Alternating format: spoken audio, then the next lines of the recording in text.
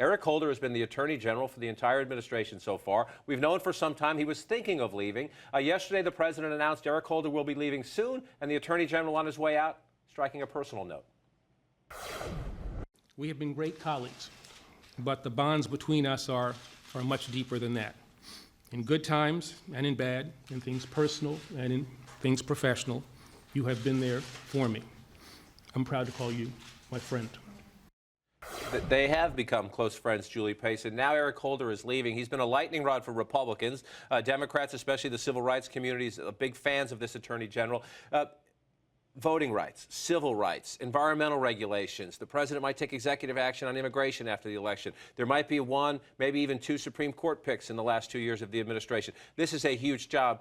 Who gets it? It's a huge job, and Eric Holder, as you said, has been at the forefront of so many of these issues that the president cares about. I think one of the questions that people will look at in terms of a replacement is, does he go with someone who has a sort of similar approach to Eric Holder, who, while he has been controversial, has been very forward-leaning on things like voting rights, LGBT rights as well? Does he go for someone who maybe isn't as sort of bold personally, but is more of a legal scholar? There's a lot of talk about Donald Verrilli, who's the Solicitor General, who has argued some big cases for the Obama administration before the Supreme Court.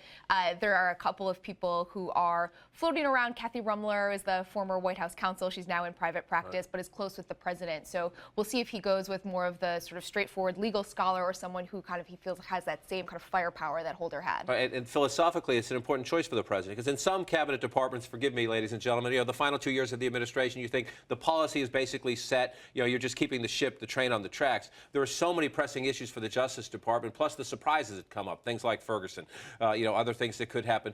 Huge, but do you want to take that job for 2 years in this political environment? Well, not only that, but I think the president's choices are going to be somewhat limited because of the climate in Congress.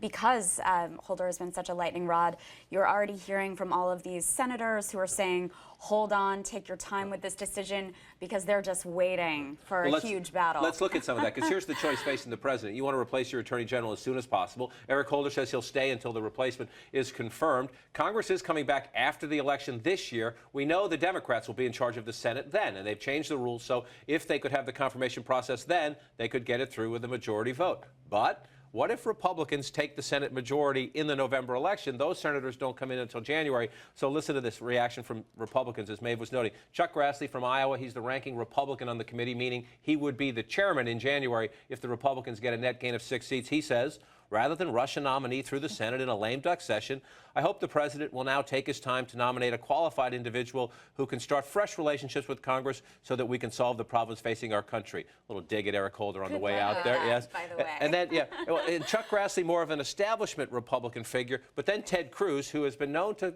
make his points on the Senate floor and hold things up if necessary, he says the same thing. He says allowing Democratic senators, many of whom likely will have just been defeated at the polls, to confirm Holder's successor would be an abuse of power that should not be countenanced. What's so interesting about this is yesterday there was this theory that Republicans dislike Eric Holder so much that if he said he was going to step down whenever his successor was confirmed, that they would just rush to confirm someone so that they could get him out. But clearly from these comments, you can see that Republicans want to take a vote. They want to have their say. This is a really important position, someone who can be potentially very controversial, and if they think that they can influence that pick, they want to have the votes. Well, and let's also be honest. I mean, Republicans like the fight, right? Holder's given them a lot to talk about over the time that he's been in office, and so it will be really tricky for the president. And also just the timing alone. Do you ram someone through and try to get someone in, or just wait and have a bigger fight? The White House says the president's not ready to make that pick, but he's known since the summer that Eric Holder was preparing to head for the door, so I don't think we're going to have to wait as long as some people